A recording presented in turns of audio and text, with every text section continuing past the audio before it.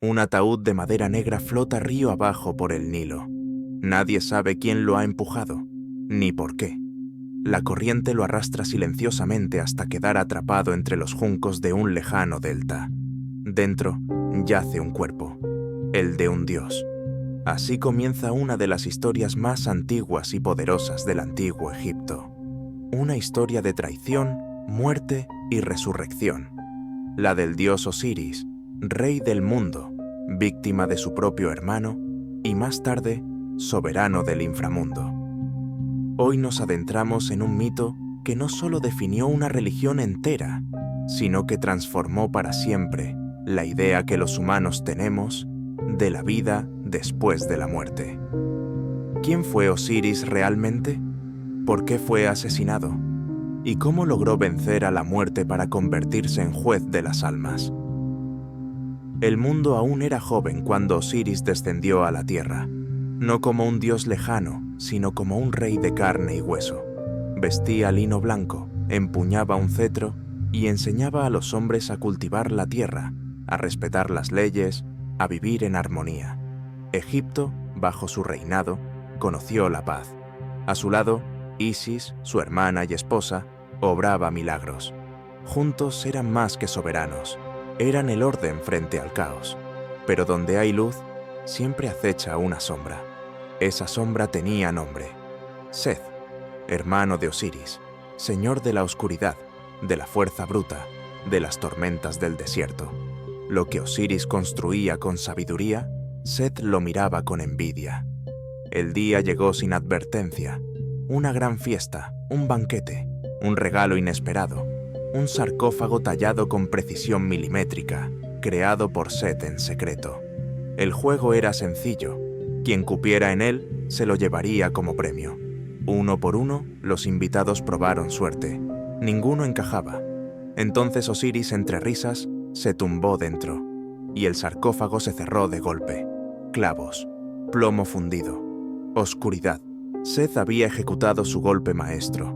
No solo asesinó a su hermano, lo selló vivo dentro de una prisión de madera y lo arrojó al Nilo. El cuerpo desapareció.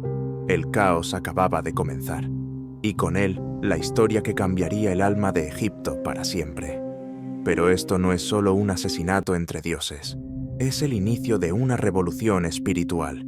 Lo que viene después, la búsqueda desesperada de Isis, la resurrección imposible, el nacimiento de Horus, la guerra por el trono y el juicio de las almas, es el verdadero corazón de este mito.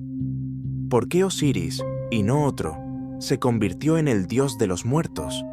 ¿Qué enseñanzas esconde su muerte?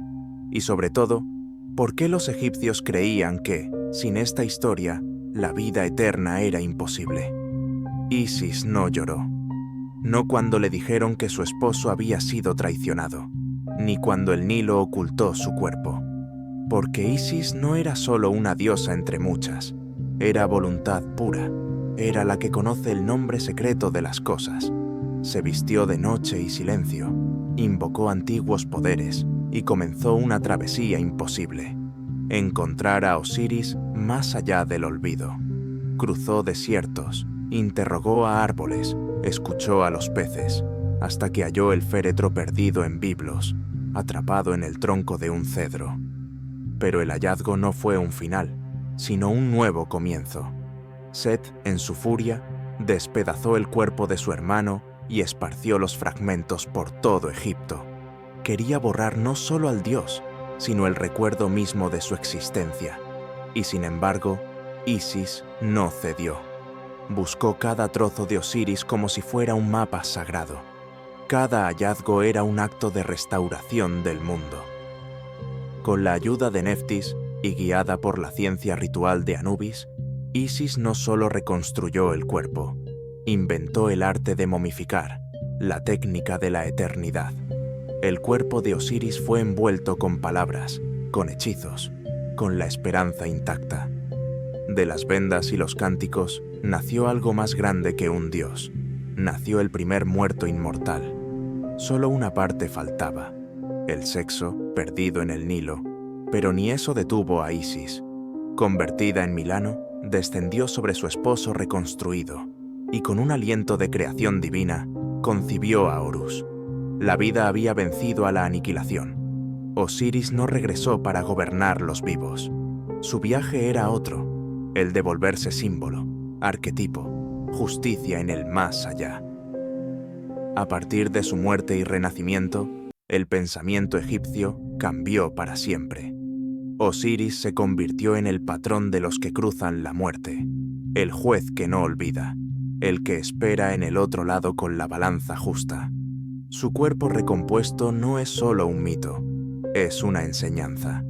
Nos dice que nada sagrado puede destruirse del todo, que aquello que fue amado y defendido puede volver a ser. Egipto aprendió a enterrar a sus muertos no con resignación, sino con esperanza, porque ahora sabían que más allá del desgarro había continuidad, más allá del dolor, permanencia, y lo que viene es aún más profundo, porque de esta resurrección simbólica nacerá un enfrentamiento que cambiará la estructura del cosmos, el juicio entre el caos y el orden. La lucha entre Horus y Seth no es solo política ni celestial, es psicológica. Si quieres seguir explorando este viaje por el alma egipcia, suscríbete ahora y no te pierdas el próximo episodio. El hijo de Isis no nació como un príncipe, sino como una promesa. Horus llegó al mundo oculto, amamantado entre los juncos del delta, lejos de los ojos de Seth. Creció entre pantanos y sortilegios, instruido por deidades tutelares que sabían que su destino no era solo recobrar un trono, sino sanar una fractura en el orden del cosmos. Mientras tanto, Seth reinaba con mano feroz, disfrazando su crimen con autoridad. El país de las dos tierras vivía bajo un equilibrio roto, un silencio tenso donde el pasado estaba prohibido y el futuro era incierto. Pero como en todo ciclo egipcio, el tiempo del retorno se acercaba. Y Horus, ya adulto, no vino con espadas, sino con verdad. El tribunal de los dioses se reunió en Heliópolis para presenciar el juicio más antiguo. ¿Quién debía heredar el mundo? ¿El asesino o el hijo del asesinado? Lo que parecía un litigio por un trono era, en realidad, una guerra de principios. Seth alegaba fuerza, antigüedad, brutalidad como justificación de su gobierno. Horus, en cambio, encarnaba la restauración, la legitimidad, el derecho que brota del sacrificio.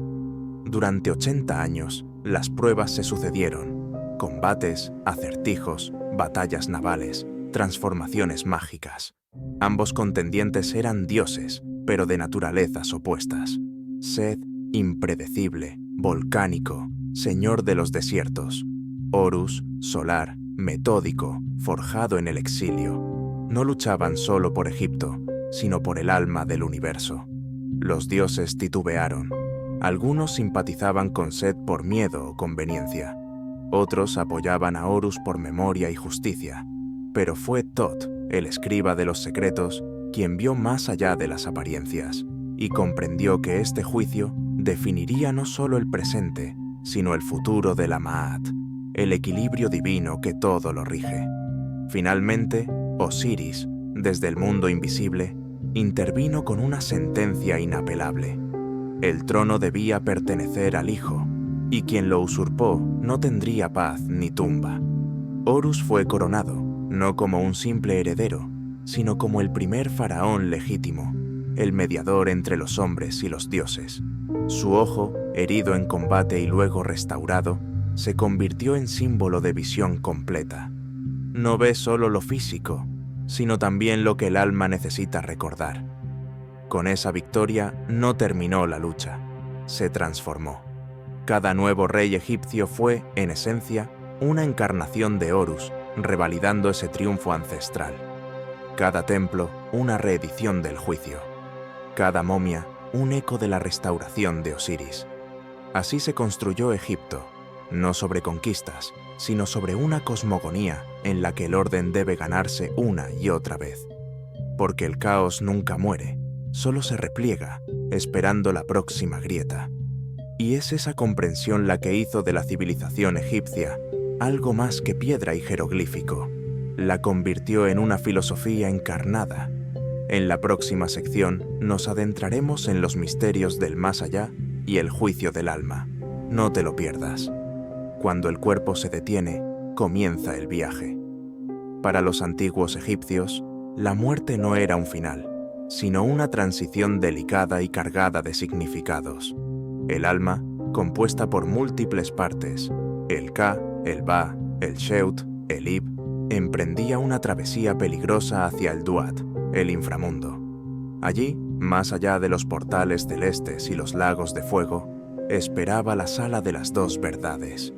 Osiris, el dios que fue desmembrado y revivido, presidía este tribunal.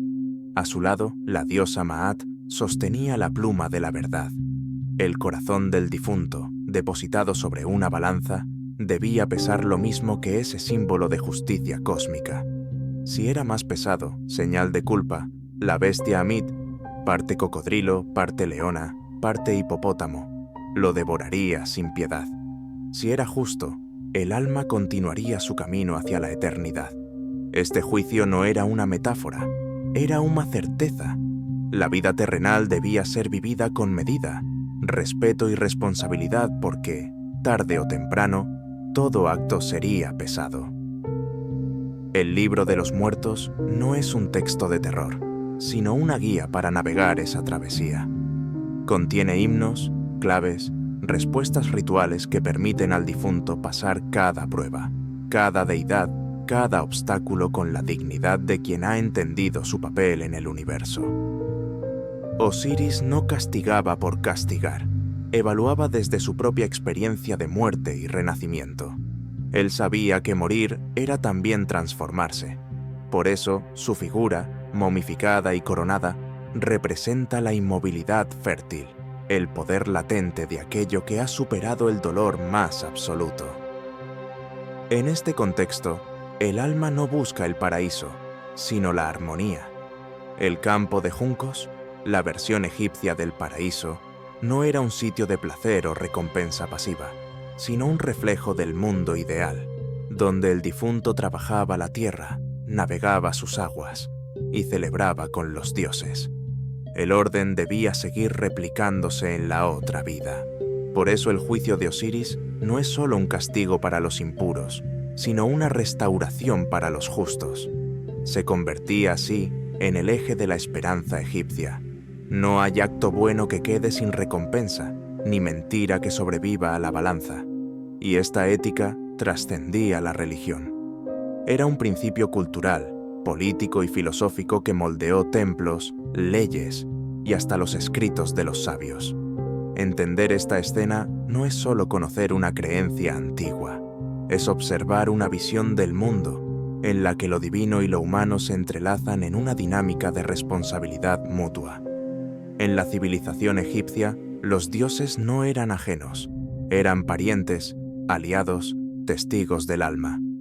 Osiris, en particular, no era solo juez, era modelo de superación, figura paternal del más allá, garante de una eternidad digna para quienes vivieron con rectitud. En la próxima sección abordaremos cómo estas ideas influyeron en los rituales funerarios y en la arquitectura de las tumbas, verdaderos mapas espirituales hacia la inmortalidad. La muerte, para los antiguos egipcios, era un arte. No bastaba con dejar atrás el cuerpo. Había que preparar al alma para su tránsito, envolverla en símbolos, rodearla de palabras sagradas y objetos cargados de intención. Cada tumba no era solo una morada final, sino un portal meticulosamente construido para guiar al difunto a través del Duat. Las pirámides, las mastabas, los hipogeos tallados en piedra viva, todo respondía a una lógica espiritual precisa. No eran construcciones monumentales por vanidad, sino mapas tridimensionales del cosmos. La orientación, la decoración, las fórmulas mágicas grabadas en las paredes, todo obedecía a un propósito mayor. Cada detalle debía resonar con el orden cósmico, para asegurar que el alma no se perdiera en el caos de la oscuridad. El rito de la momificación, tan célebre como incomprendido, no buscaba simplemente conservar el cuerpo, sino transformarlo. Se trataba de devolverle su sacralidad, hacerlo digno de albergar nuevamente al Ka, esa chispa de vida que los dioses habían insuflado. Se retiraban los órganos, se purificaban con aceites, se envolvía todo en lino como quien embala un tesoro sagrado. Las palabras recitadas durante el proceso eran fórmulas mágicas, auténticos conjuros destinados a mantener la corrupción alejada. Pero más allá de lo físico, la comunidad también participaba del rito. El llanto ritual, las procesiones, las ofrendas, eran actos que reforzaban el vínculo entre los vivos y los muertos. Porque para los egipcios, morir no era desaparecer, era continuar, desde otro plano, en estrecho diálogo con el mundo tangible. Dentro de la tumba, el ajuar funerario cumplía una función concreta: acompañar, proteger, alimentar, armar al difunto frente a los peligros del más allá. Estatuillas, escarabeos, instrumentos musicales, armas, joyas con piedras protectoras, papiros con himnos y sortilegios. Todo tenía sentido. Nada era decorativo. Los relieves mostraban escenas de la vida cotidiana. Sí, pero no eran nostalgia. Eran anticipos del renacimiento. Así, cada tumba era al mismo tiempo un museo de la vida y un útero simbólico del renacimiento eterno. Osiris, como figura central del inframundo, presidía muchas de estas escenas, porque en última instancia, todo difunto aspiraba allí a convertirse en un Osiris, un ser purificado que ha superado las pruebas y renacido en la eternidad. La tumba era su templo personal para lograrlo.